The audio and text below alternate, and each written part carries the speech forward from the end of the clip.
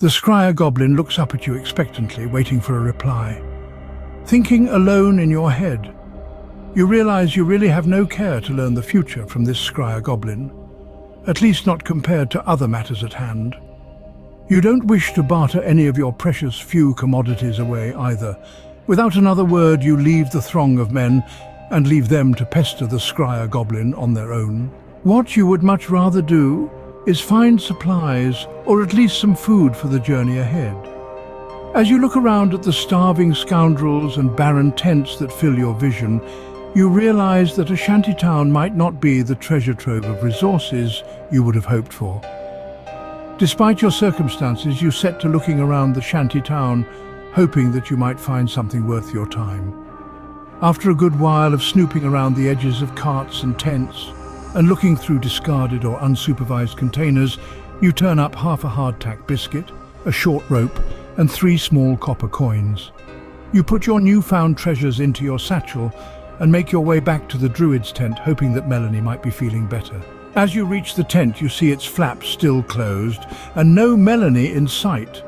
Just behind the tent is a small flowing river. You walk over to the edge of the river and kneel down.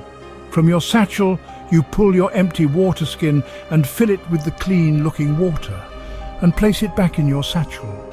You take a long drink from the river itself and lay your back against a tree and look out at the night sky. Not soon after laying against the tree, you remember Mamolta in your satchel. You pull the small vial out and drop it into the lake and watch the sea agar form from the river water in front of your eyes. I expect we made it safely away from the coven? Mamolta asks, looking into your eyes with his big beady sockets. Yes, at least for now, you reply.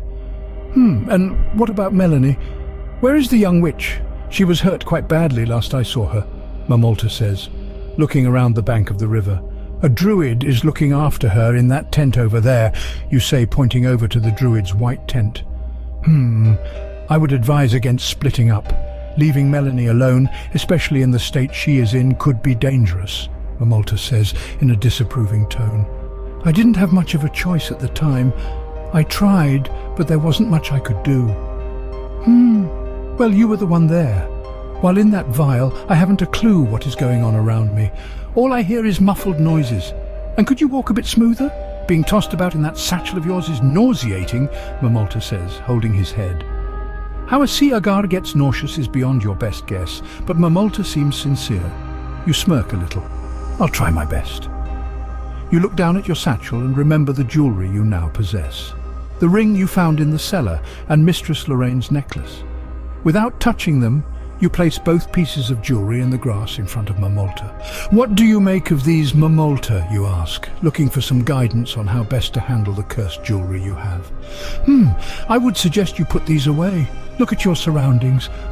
Yes, but if you wish me to inspect them now, I can, Mamolta says, glancing towards the shantytown you sit on the outskirts of. What will you do? Listen to Mamolta's warning and put the jewellery back in your satchel while in the shantytown, or ask him to inspect the pieces of cursed jewellery to try and learn something new. The choice is up to you. Leave a comment with your decision below this video, and make sure to check out the last Einmeijer lore video on Orza, the godless, to learn some quite important information. Until next time.